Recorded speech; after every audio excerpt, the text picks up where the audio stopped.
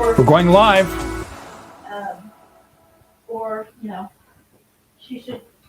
Good afternoon, good evening, good morning, wherever you are. And that good morning part is going to become especially apparent in just a second or so here. Welcome to the Happy Hour Live webcast from whiskeycast.com. I'm Mark Gillespie in the WhiskyCast studio, and hope you've had a great week. It is Good Friday, the start of the Easter weekend, and a bank holiday weekend for a lot of folks. And we're going to talk about Australian whiskies today. The Australians did a number on the medal ranks at the San Francisco World Spirits Competition. The winners were announced this week, and Australians took home a ton of gold medals, especially one distillery in particular. Australia's Starward Distillery in Melbourne took home 15 gold medals. Let me clarify that. 12 double golds and 3 gold medals. David Vitale is the founder of Starward Whisky. He joins me now from Sydney, where it's what time in the morning, David? Just after 7 in the morning, mate. Oh, thank you for getting up so early to be with us on a Saturday morning in Sydney. What was your reaction when you saw the results out of San Francisco? I mean, look, I was in shock. I mean, I think everybody thinks of their whiskies as their own kids and are very proud of them. And, you know, it's always really exciting to get medals, but to get so many for all of our whiskies is just amazing. I want to share a comment that our good friend Steve Beal had posted the other day. When I said that this was coming, you were going to be on the show this week. Steve was one of the judges. He's been judging in San Francisco for 22 years. And he said it was the first time in the competition's history that the judges tasted a perfect flight of 10 whiskeys in which all 10 got double gold medals. To do that, all of the judges have to agree that it's gold medal worthy. And of those 10, 7 were Australian. And as he put it, overall, Oz is really killing it. I can easily say Down Under is on top when it comes to whiskey. Let me get your reaction to that, David.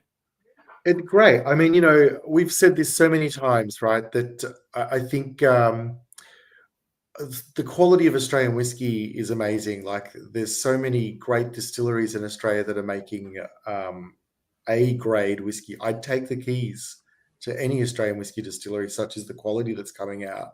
The big challenge is availability and inventory, and certainly we've been working on sort of scaling up the distillery ever since we started, and the liquid that we're drinking now is coming from an upgrade that we did in 2016 to the distillery, where we more than doubled our production. So it's exciting to kind of see that whiskey winning awards, but also the fact that for now we're not going to run out. There it is there. Yeah. And you've been doing some work at the distillery to expand things since these photos were taken in the summer of 2019, right?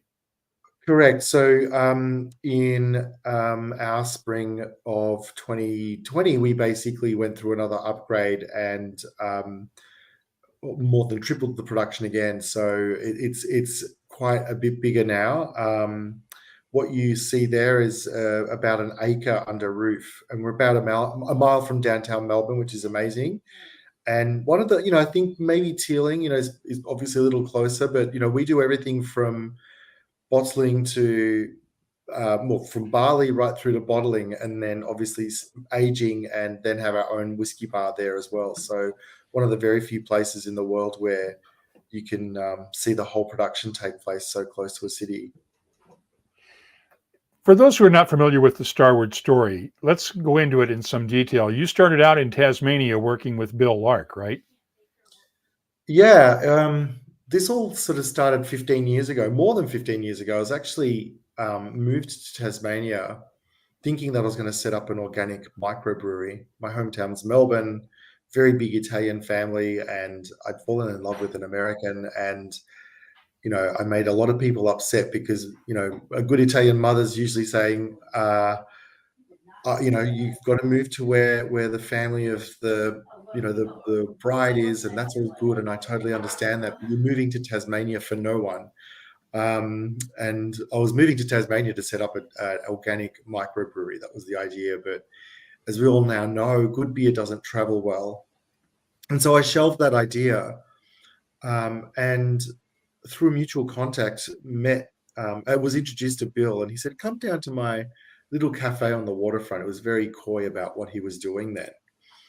And Mark, it's a beautiful place. I mean, it's like if it's 1,000 square feet, I'd be surprised that waterfront distillery that he had, and it's got a copper pot stills, some barrels aging along the side, and then towards the back, because in Australia, that three-tiered system is doesn't exist. In fact, there was a whiskey bar all in the one location, and behind that whiskey bar in 2005 would have been quite easily 200 single malts, and I was completely captivated because for me, growing up in an Italian household, whiskey was basically Chivas Regal was what we gave our accountant for Christmas.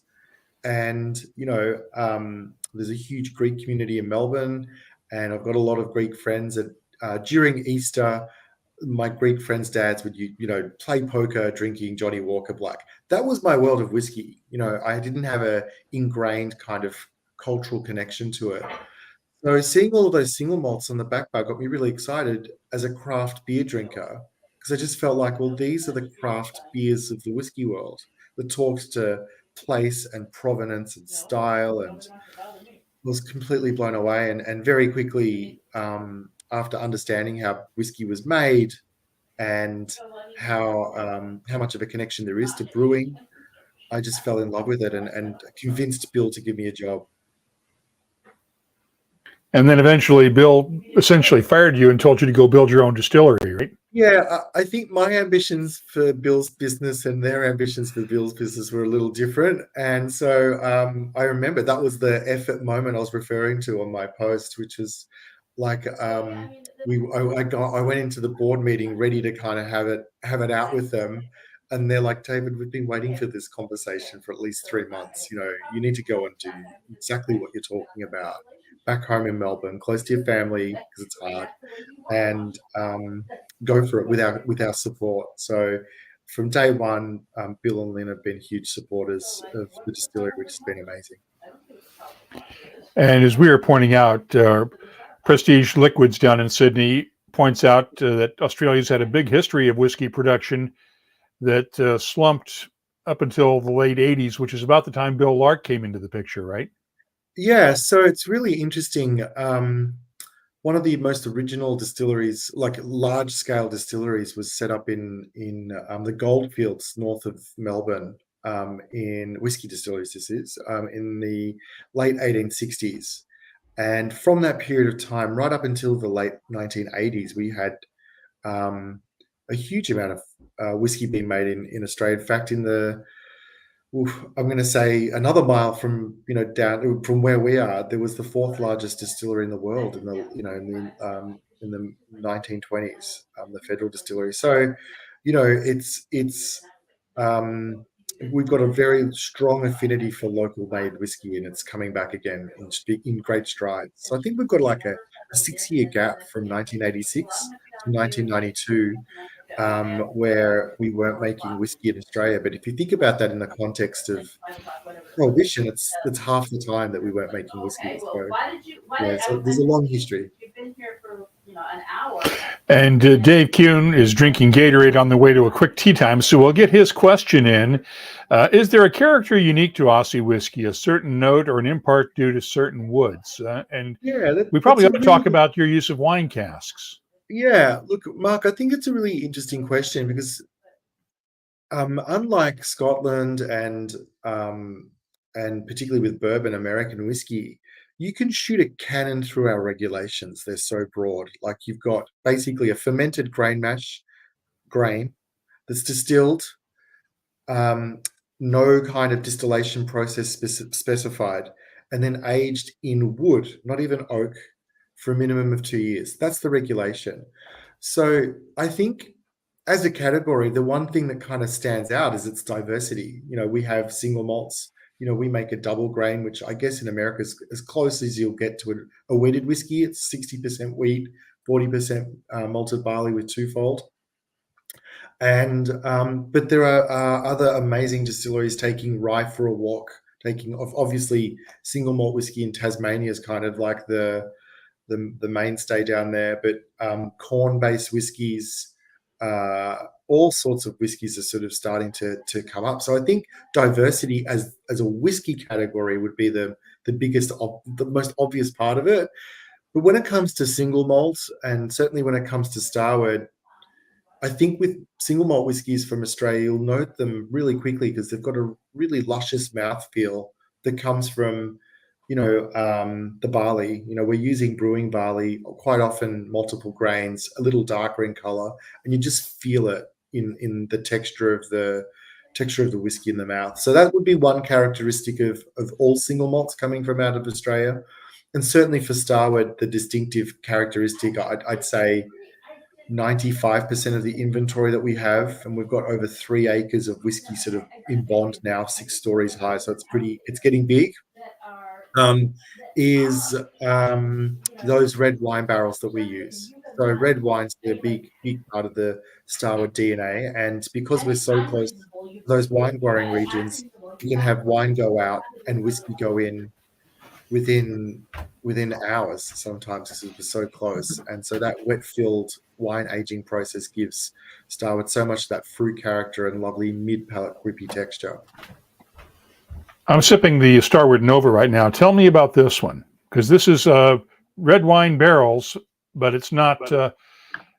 Explain what your tawny is as well in there when you guys talk about tawny barrels. So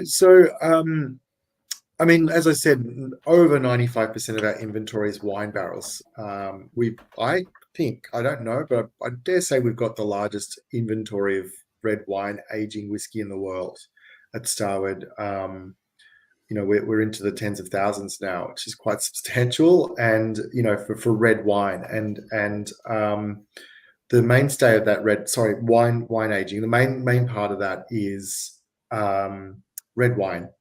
Table wine that we kind of have from amazing producers that are aging, they're cellaring their bottled wine in barrels before they're kind of releasing it. And I think that the thing about that is that winemakers care. They obviously care about the oak they're using. They can use it in a whole heap of different, they can add oak influence with wood chips or staves or all different types of things. So those that choose to use wine barrels are doing it because they're stepping things up a little bit. And the wonderful thing about that is that there's a mixture of French oak and American oak in Nova. We can't often fill all of the barrels that we get wet because just supply chain sort of logistics, sort of making sure that we can get the barrels in time before the wine turns to vinegar. Like, you don't want vinegar aged whiskey. Ask me how I know. If we can't fill the barrels quick enough, we'll give them a light shave, toast, and rechar, which is kind of commonplace. So American oak, French oak, shave, toast, recharred, wet filled, and then different sizes from different distilleries: 100 liters, 200 liters, 300-liter barrels. And then another big determinant of flavor is how many vintages it stayed at the winery. So some of our big Aussie Shiraz producers love the texture and tannins you get from those wine barrels, virgin wine barrels. So they'll basically use them for one vintage and then ship them off to us. And obviously they're going to be way more generous than something that's been 4 or 5 vintages at a winery before we get it. So if we kind of do the math on all of that, we've got American oak, French oaks, there's 2, and then wet filled, or shave toasted recharred, that's 4, and then 3 different sizes. So now that's 12. And then once you think about the vintages, there's 24, and that's just for our single malts.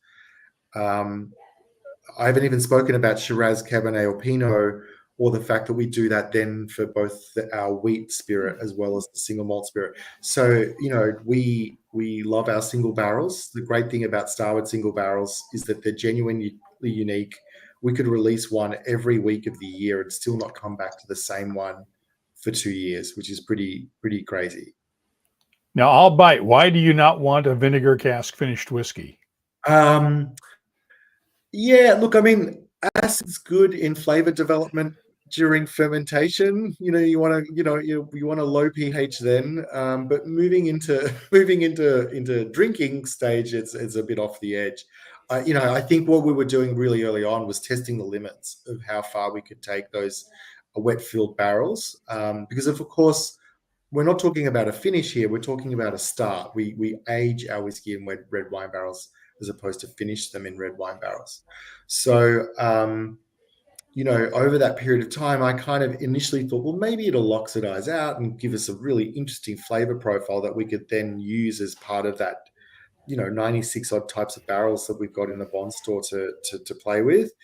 But no, it didn't turn out very well, which is part of whiskey making, particularly when you're innovating and thinking about, a modern take.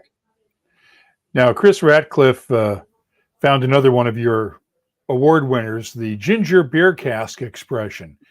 I've not Yes. tried a ginger beer cask finished or matured whiskey, so this should be interesting. This is one of the ones that won a double gold, right? Yeah, this is we're coming up to our 7th release of this. It's been difficult, like, to keep up with the demand. The first batch, I think, was 54 bottles. It was in a 50-liter cask. And then, every year we've tried to make more and more and more of it, like, over 2,000, 10,000 bottles. There was one point that the ballot that the ballots entries equated to the sort of like, I reverse engineered the intake into Harvard, applications into Harvard based on the percentage intake, and you had more chance of getting into Harvard than you did one of these whiskies. So it is, this one is a finish. So the ginger beer casks are basically seasoned with ginger beer because, I mean, this is pre all of the premium mixer phase. One of my big frustrations was having a dry enough ginger beer to go with, at the time, Solera. And I was so frustrated by the fact that they were cloyingly sweet that I told the team to make a ginger beer that would work perfectly with Starward. Now, if you tell a brewer to make a beer, it's going to be alcoholic, which is kind of the first observation. It was low ABV going in, to the cask, but obviously once it came out, it was high ABV because it absorbed all of the whiskey that was already in the barrel. And then, once we'd seasoned that barrel with, so the original intent was to effectively make a pre-batched mule, a whiskey and dry, that was all from the same barrel and cask and ingredients at the distillery, and carbonate it. It was about 11% mark. You'd have one of those in the afternoon and then need a nap under the desk just to kind of keep yourself going. But the question then became, well, what are we going to do with this barrel? It's now tainted with ginger, and of course it's not painted. So we just basically went to our Solera vat, and emptied some of the aged whiskey back into that and finished it in that barrel for about 12 months and then released it. And each of those releases, the odds tend to be really poke you in the eyes. This is a ginger beer cask whiskey, and the evens are a little bit more mellow. And that's just by accident. I kind of realized that this time around. It's like, oh, this is a lot like number 5 and 3 and 1. Like, it was just there's a theme there that we kind of give it a big nudge and then pull it back a little bit. So look, we're not going to convert anybody into liking ginger if they're going to drink this whiskey, but I'll give you the tip: if you like ginger and you like whiskey, you're going to love this ginger beer cask finish. And the great news is that it's coming to the States later this year. I can't wait to try it. We have a question for you from Ian Bruce. He would like to know where the copper was sourced for the stills with their unique shape. And let me pull up that photo of the stills again just to sort of show these. This is basically an enlarged version of the Bill Lark design, right? Yeah, that's right. So the one in the foreground, the larger one, is actually an Italian still from the Frilly still makers. They've been amazing partners as we've scaled up, just in terms of getting things sorted out for whiskey at scale. The one in the background is actually one of our original stills. That was our original wash still and became our spirit still. And a couple of things to note about that. our spirit still, all of our spirit stills have a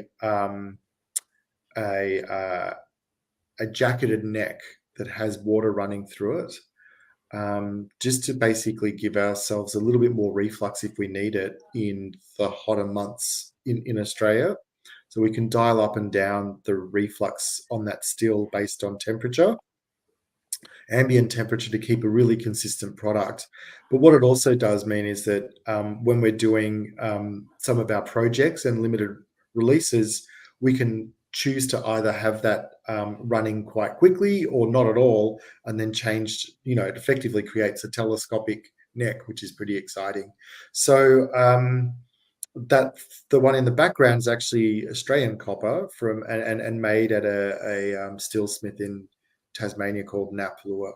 Yeah. And your friends at Prestige Liquids in Sydney say the Starward Octave barrels is amazing. Ask David for a bottle, with some snarky emojis following that one. So we'll have to try that at some point. Let's see here. And they also, I suspect they actually had the bottle of the ginger beer cask at their liquor store. Yes, is where they found it. We're starting to scale up. We're doing enough now that we can. I think hopefully this year not need a ballot, which is pretty exciting. Chris Ratcliffe has a good question. Australians seem proud of their produce and support local producers. Do Australian whiskies seek out local ingredients and casks, and do Australian consumers seek Australian whiskies out? Yeah, it's a great question. So the first answer, the first question in terms of local ingredients and casks, I think is overwhelmingly yes. So, we pretty much source all of our ingredients from a day's drive at the distillery. The only exception to that is when we age whiskey in bourbon barrels, because obviously it's American oak coming from a bourbon distillery. But I'd say we've got, I don't know, maybe, between your hands and feet and my hands and feet, Mark, I think that's about the limit of our bourbon casks in Bond. They're delicious. It makes amazing whiskey. But I felt like the world was really well served with whiskey, aged in ex-American bourbon barrels, and wanted to kind of avoid just kind of falling into that sort of slot. There's lots to talk about in terms of the spirit profile when you do that. And, coming back to what I was saying earlier of like Australian distilleries using brewing barley, those ex-bourbon barrels really highlight the spirit character coming through and the DNA of the distillery, which is really, really exciting. Barrels are probably the contentious bit, depending on how you kind of think of one day's drive away. When we're talking about your lumber, it's French and American oak, but it comes flat. It's lumber when it arrives at the distillery. They've got their own on-site cooperage, and they cooper the barrels in the first instance to make their wine barrels, and then we source them. We then have access to all of those barrels from the winery. But it is still French and American oak. Australian oak, as it's called in Australia, or Tasmanian oak in Australia, is actually eucalyptus, and not the greatest sort of barrel to use to age whiskey, not just because of the flavor profile, but they leak as well. So it's not actually an oak. That's typically sourcing whiskies, ingredients from local locations. I've been blown away. I've been away. I actually live in Seattle, which is kind of funny. It would have been nice to have happy hour at 5 p.m. with a whiskey in hand, and really celebrate this with you, with a whiskey. But it is overwhelming, like how much support and love there is, not just for Starward, which I kid you not, I was walking around like the streets of Melbourne, peeking into bars when they were open, and looking into liquor stores. And I felt I was like as in a Truman Show, and people were like radioing ahead saying, "Quickie's coming, we've got to put some whiskey on the shelf." Such is it's everywhere now after being away for 2.5 years, which is very, very exciting, really exciting, and just talks to the point that, there's a huge amount of support for local whiskies and gins and rums and all of the spirits that we make here, which is fantastic. It wasn't always that way, and I'm sure if you spoke to Bill back in 1992, it was a slog to kind of get people to take Australian whiskey seriously, just because the quality and abundance of Scotch whiskey and the price point of Scotch whiskey at that time was so accessible that it just made it so much more difficult for him to get started. So the fact that they're entering their 30th year this year at Lark, the fact that they've been able to kind of really spearhead this whole craft, spirits movement, not just whiskey movement, is an amazing feat and something that we are all really grateful for. Now, Starward is one of the few widely exported whiskeys, and Tyrone, you did not miss this. Tyrone Coty in Nova Scotia wants to know where your main export markets are. Okay, so the most important export market is the United States, not the least of which because I live there now and I'm kind of giving it my all to sort of, feel like every day I'm one of those annoying Brazilian soccer fans with the vuvuzela out, sort of like, tooting the Australian whiskey horn. And then we're in Europe, continental Europe. So France is probably one of our bigger markets. Germany's fastly becoming probably our biggest market. I think by the end of this year in Europe, Germany will be our biggest market. Netherlands, Belgium, Denmark, the Scandi countries, the UK, Italy, Poland. So it's getting quite geographically dispersed now, which is funny. I think we need something. Oh no, we're in Dubai duty free. So I think now officially the sun doesn't set on Starward, which is pretty nice. Like it's available, everywhere around the world, which is amazing in every time zone. Where's the most unusual place you've seen a bottle of your whiskey? Ooh, unusual place. Or at least the most unexpected place. Let's put it that way. Oh yeah, that's a good. I mean, look, it does seem to find its way into countries that I would never have thought. Like so the Czech Republic. I'd seen photos of it on back bars there. It's like, wow, that's traveled a long way. But Aussies, we've got a knack for traveling, abroad. That's kind of part of our rite of passage, as much as I guess kids leaving home and going interstate to college is in the US. It's like, and so you find Australians everywhere around the world, and as we discussed, they're really proud of their local spirits. So I've seen it in the Czech Republic and Turkey, which again, given the culture there of it's a Muslim country, it's like really interesting to see whiskey sort of on back bars there, obviously serving a more secular crowd, but it's great to see it around the world. We have a question from Ian Bruce, and I'm going to rephrase the question a bit. He wanted to know if the pandemic allowed or forced distillers to look at more Australian resources. How did the supply chain issues affect you down under? Yeah, it was more so because we're locally sourcing most of our ingredients, we were pretty much shielded from all of that, except for in terms of imports, our glass is imported. That's coming on shore probably the middle of next year, which is very, very exciting because it'll have way more recycled glass content in it, and actually the quality of the glass is going to improve as part of that process too, which is hard to believe. So that's just one of our ongoing sustainability measures. And then the biggest challenge was actually exporting the whiskey to the rest of the world. So we had some hairy moments coming into Christmas last year in the United States, and had to air freight what was it, 500 cases of whiskey, so 3,000 bottles. And let me tell you, you don't earn miles on whiskey being air freighted, and it's way more expensive than a first class flight. So that was a bit painful, but we didn't want to disappoint our customers in the United States, so we did kind of air freight that stock over. But apart from that, we've been able to manage it with that depth of inventory we've spoken about before, making sure that we've got enough stock in our warehouses over in the States to make sure that it's not a problem. We occasionally get some cheeky questions, and this one from Christopher Malloy is certainly one. When should we expect to see a Marmite matured whiskey? Oh, stay tuned. No, don't do it. Don't do it. It's all about dosage. It's all about dosage. Anything will kill you, Mark. Even water will kill you. It's about the dosage rate.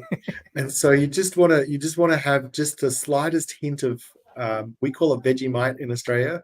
It's the British Marmite equivalent. And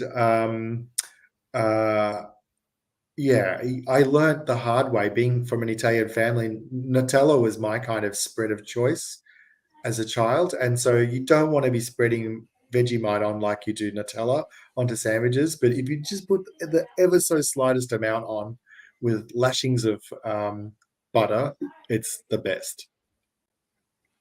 And Tyrone Cote says he thought he heard you mention football. Other than Brazil, do you have a pick to win the World Cup? Oh, well, I mean, Australia, of course. Australia's going to win the World Cup. It has to do it once in my lifetime. I'm also, my family of origin comes from Italy, so that's kind of the soft spot. Obviously, the second going, and I think they're actually in good shape to pick it up. So you mentioned that you live in just outside of Seattle now on one of the islands. How was it during the pandemic trying to manage Starward from several thousand miles away on a somewhat isolated island in Puget Sound? Look, I mean, Bainbridge Island makes great whiskey. We know that. The single grain's one of the best in the world. So that's kind of a saving grace. I was pretty well stocked of Starward as well. So from a whiskey perspective, I was fine. It is one of the most beautiful places in the world, honestly. And it was a very deliberate choice to move somewhere that wasn't Melbourne. I'll tell you a story, Mark. When I was a little boy, 6 or 7 years of age, the last of my mum's family, my two uncles arrived. And, it's a big culture shift moving from rural Sicily to Melbourne, Australia. It's a great city, but it's very, very different to Sicily. And so I would hear, geez, up until last week, oh, in Sicily, the chicken tastes better. In Sicily, we used to do this. In Sicily, they would do that. And I just thought, I don't want to move to Seattle and be my uncles because, objectively, and I love Seattle, Melbourne is always going to be better, right? It's just an Australian city, so it's instantly better. And so, but no one wants to hear that. No one has any time to hear that. So moving to Bainbridge Island was a lovely way of kind of just giving myself and the children like a wonderful experience that they would never have had in Australia. And it is a beautiful place to live. Bainbridge Island, I think, is the size of Manhattan with 20,000 people on it. So it's like a city block spread across the whole island of Manhattan. So it's lovely. It's the people are great. It did feel a little bit like a gilded cage at times. Very, very, very. How can I put it? Like the benefit of being able to kind of get outdoors and sort of just connect yourself with nature, particularly when things was pretty rough over the last 18 months, is was critically important, and I'm so grateful for that. It's tough. It was tough. I mean, it was tough for everyone, but we had 40% of our business switch off overnight around the world. And, we did okay. We kind of clawed back in the off-premise and did lots of masterclasses virtually and all the things. But my biggest concern really was that, brands like Starward are really built in the on-premise. And I was genuinely concerned that market wasn't going to exist when all of the dust settled from those lockdowns and things like that. And the good news is, as much as many of them have actually not returned, that the ones that did return had they had a memory for Starward, and we're back on track in terms of getting some more love from on-premise venues, which is great. More of the snarkiness. Tyrone Cote points out that Italy did not make the World Cup this year, and the I country is in a noticed. state of mourning. Yes. Whiskey Canuck in Canada also suggests Vegemite yeast for the fermentation. Yeah, it's spent by the time it gets to the Vegemite plant, but it is brewer's yeast that they're using from breweries around Australia and local ones. There's something there for sure. Yeah. A serious question now from our friends at Prestige Liquids in Sydney. Besides social media, advertising for Oz Craft Spirits is very small. What can be done to help push the market even further? What could the industry use, or what do you need to help push craft spirits in Australia even farther? Yeah. Look, I think we've got a real challenge with availability, and because America is such a huge market that um, some of the smaller producers perhaps might be able to set aside 4 barrels a year for the United States, and as you know, that barely touches the sides. But collectively, if you think that there are more distilleries in Victoria making whiskey than there are in Scotland now, that's kind of crazy to think about. But you know, we could collate all of those 4 barrels and have a set that's always on rotation. So the big challenge is at the retail level, kind of convincing retailers that actually people are going to love this spirit. As a category of one, it's very, very difficult. And, we sit in that broader category of New World whiskey, which is, great. We've got some amazing kindred spirits from around the world in that section, which makes our lives a little bit easier. But just kind of building awareness at the retail levels is a big challenge. And then obviously at the consumer level, I think curious whiskey drinkers, if they see something on the shelf or speak to a shopkeeper and say, what's this brand? All of a sudden you can build some momentum from that perspective. So that's the big roadblock. How much of it is educating the retail staff to know the 100%. story behind your brand? Yeah, and look, I think there's a couple of key points to that. Like, you and I, Mark, will geek out, we'll go blue in the face talking about process, in terms of how a whiskey's made and why it's different from a process perspective. But actually, a lot of whiskey drinkers are just looking for something that's delicious. So I think that, the trick is with educating staff and, all, between hospitality and retail, there's there's there's a there's been a shortage of skilled staff there. We've got to give them the soundbite that kind of makes a connection with them. So it might be, this is really delicious, totally different to the way bourbon and scotch is made. They use wine barrels to age it, which gives it a different flavor profile. But really, at the end of the day, it's like, here, taste it, is the big thing that we need to do, is get more liquid to lips. And BMO in Canada says the whiskey industry should leverage the Aussie winemakers distribution because he sees lots of Aussie wines at the LCBO in Ontario. How important is the cooperation between the winemakers and the whiskey makers? Because I know a lot of the wineries are owned by the multinationals. Yeah, look, I mean, and it's probably not that dissimilar. Like, if we think about American whiskey, there's the whole continuum of multinationals right through to local family-run distilleries, and it's the same in winemaking too. We've got obviously a really strong relationship with them because we use their barrels, and we're starting to collaborate with them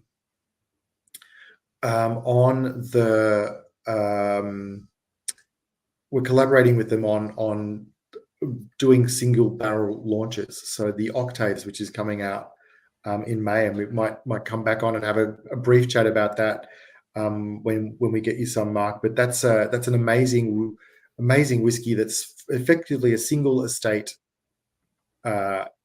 whiskey that comes from one winery, one paddock at the winery in one style of barrels.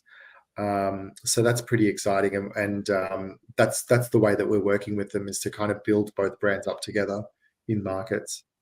And Tyrone wants to know if there's a chance to do finishing with Penfolds or any of the other well-known. I think we sort of addressed that. Yeah, absolutely. So the Octaves is the first of those to come out, and we've got plenty more coming. And there may well be some Penfolds coming down the line too. It's interesting with Penfolds because they're so those barrels are so, such high grade. Typically, what happens at Treasury is that they'll grandfather those Penfolds barrels into other wines as the years go by. So it may well have had Penfolds in it to start with, but then vintage to vintage, it changes. When Whiskey Canuck up in Canada, are you going to be visiting whiskey festivals as they start to get back on track? I assume importation problems still persist even for that. At what point do you get your people back out on the road?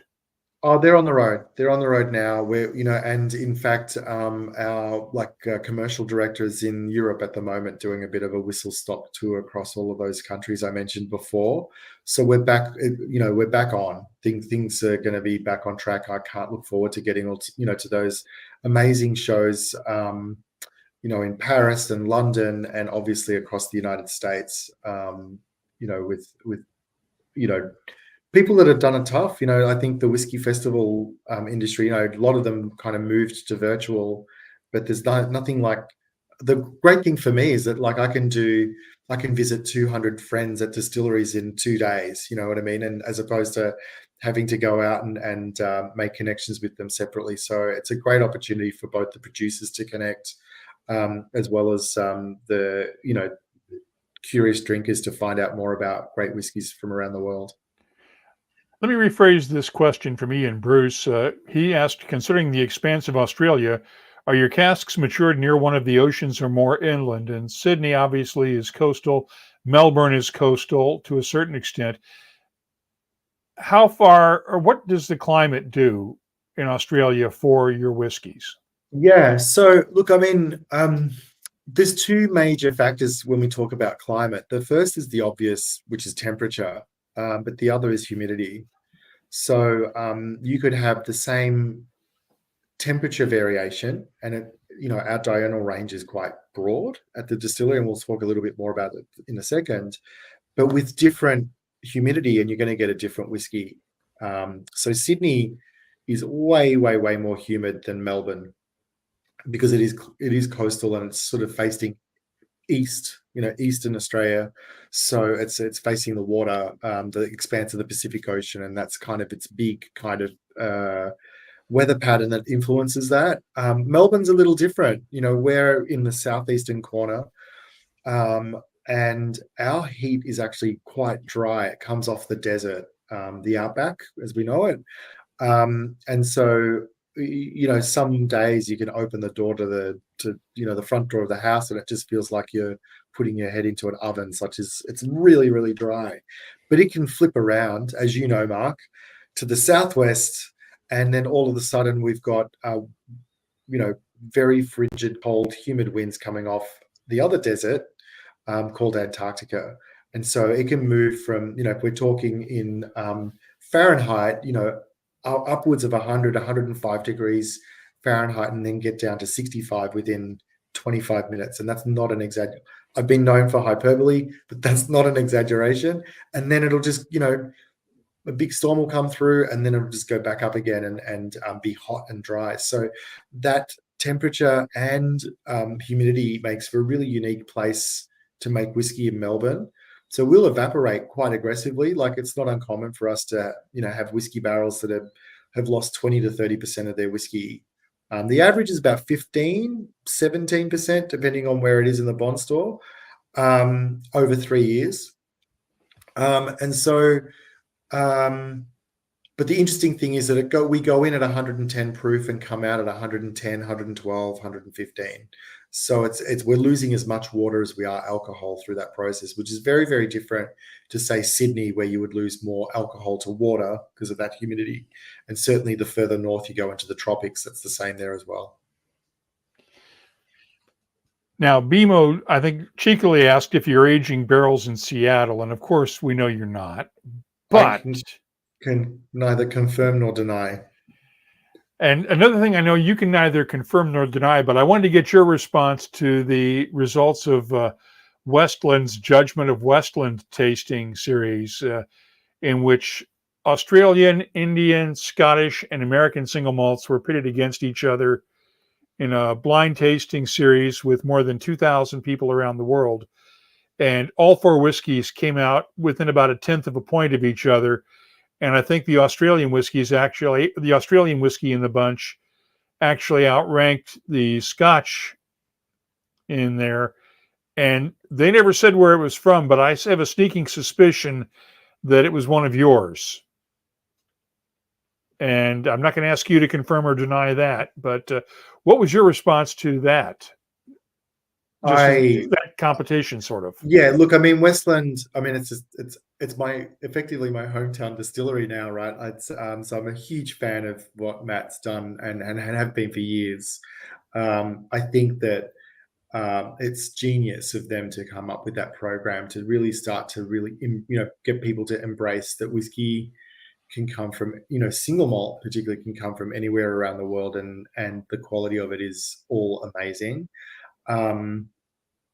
I was very curious to see the results of that, and obviously being a proud Australian, happy to see that we did well. And if you do it, I don't know, if we kind of did it on a per capita basis, I think we won as Australia, right? Like, because we've only got 20 million people in Australia, so yeah. I don't have the results in front of me, but it was so close that I think Australia might have actually come out on top. Yeah. I think you're right. Like, I don't think the Australian distilleries were, like, it was either equal first or second, or it doesn't really matter. I mean, all of them were amazing quality. Yes. But yeah, it was just great to see the team take the initiative to bring that awareness to whiskey lovers that don't know it. Like, I guess the point is that I think that there's lots of people, I've been saying this for years, there's hundreds of thousands of, if not millions of people that will love Starward. They just don't know it yet, So how do you get the people that don't know they don't love it, or don't know that they love it yet, to get them to try it? How do you build that awareness? Look, it's a lot of shoe leather at the end of the day, Mark, and it's a lot of just getting out there and talking to people. We started selling whiskey in 2013, and it was very, I think Prestige Liquor was talking about that, right? Like, it's a long road, because we're so spoiled with choice from around the world, be it Scotch or bourbon, that, like, people's need to go beyond that is there's no real need for another whiskey, right? Like, even I can say that, but, like, I think that if any whiskey around the world's going to elbow out some space in the sharing cabinet alongside a Scotch, a bourbon, an Irish, and a Japanese whiskey, it's going to be an Australian whiskey, right? And I think we deserve to be there. And putting even the wards to one side, not because of quality. I think there's quality everywhere. That's kind of like a hygiene factor, right? Of getting to market. It's actually because that story we talked about before of aging whiskey in wine barrels that are less than a day's drive away, and that climate has a huge impact on aging it, and that we're using wet filled barrels that don't have any char on it, which is again engages the barrel in a really different way, and gives our bartenders, if they want to use it in a drink, a really different flavor profile than they'll get from a Scotch or a bourbon. All those things mean that, for me, that's why we need Australian whiskey in the sharing cabinet. But it's hard work. We just got to do it one dram at a time, and we'll get there. And Ian Bruce has one final question with Westland, or I'm sorry, Christopher Malloy. Since it's your hometown distillery, as you refer to it now, he wants your thoughts on Westland Gariana. Any thought of getting some Gariana casks to mature Starward in? Well, we might have to do a cask exchange. It was one of those light bulb moments the other day I had. It's like, why aren't we kind of exchanging casks? That would be easy to do. So we might have to do that. That'd be a lot of fun. Now, do you have any local peat down in Australia that you could source to do some peated barley down there? Yeah, we do. But Tasmania has an abundance of peat, and there's a lot of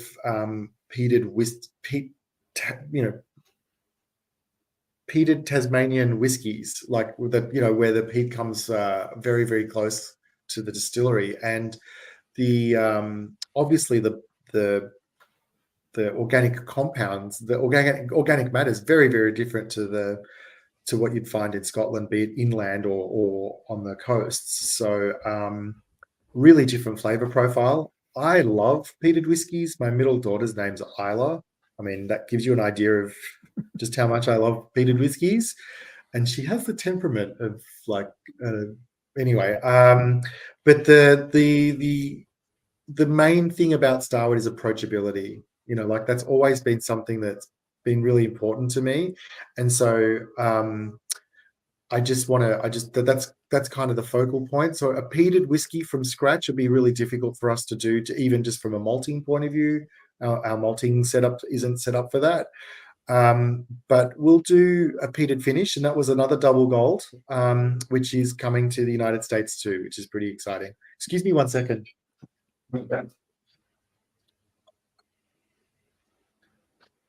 That was just my alarm clock waking me up.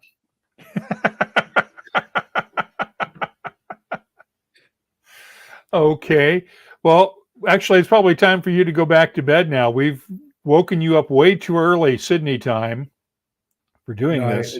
It's always great to catch up with you, Mark, and thanks to everybody for their support and well wishes on the awards. It's been quite overwhelming, the support that we've had, and I'm just so happy for the team. Like this is, like I said earlier, this is all Port Melbourne whiskey now, like from a big move that we made, and it's no easy feat moving a distillery and then scaling up production to the scale that we did, to then get the spirit consistent and then in the pocket, and then so to have it reflected in 12 double gold medals. I can't believe I haven't said that more. Usually in interviews, I'll say it about 10 times, Mark. So I've been very restrained. 12 double gold medals and 3 gold medals at San Francisco, which is, I mean, it's the Spirits Olympics, right? And to kind of take home the most amount of medals in any spirit category,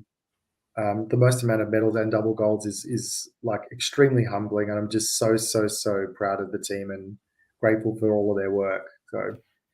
Well, I've been saying for years, since the first time I tried Sullivan's Cove and Hellier's Road down at Whiskey Life Paris, I think in probably 2008, 2009, that if the Australians could get the volume part solved, because the single casks they didn't have, because you guys didn't have a lot of production down there, but the whiskey was good. If you guys could get the production solved and start producing in volume, that Australian whiskey was going to do to the whiskey world what Australian wine has done. And you've proven that alone with these awards this week, that if you can get the production up to the point where it's exportable and people can get it around the world, that people will drink Australian whiskey. That's absolutely right. And I'm so excited for the future. I just need some of my other Aussie distillers to kind of, jump into the deep end of the pool and have fun with me in the United States, which will be great. Well, David, thank you for joining us. Once again, that's David Vitale, the founder of Starward Distillery in Melbourne, Australia. Now, I want to tell you what we're going to do next week, because we're doing something completely out of the ordinary. We're going on the road. I will be in Las Vegas for the Nth, the Universal Whiskey Experience, and I'm going out there to visit with the folks from the Dalmore. Richard Patterson will be my guest, along with Craig Bridger from the Dalmore. We're going to do the show from Las Vegas. This could either be really fun or this could be very interesting. If you've ever seen any of the Hangover movies from Vegas, things get kind of weird out there. So this could be kind of interesting. So I hope you'll join us next Friday at 5 p.m. East Coast time in the U.S., New York time, 10 p.m. London, or 7 a.m. Sydney time. Thanks for watching, and we'll see you next week. Good night, all.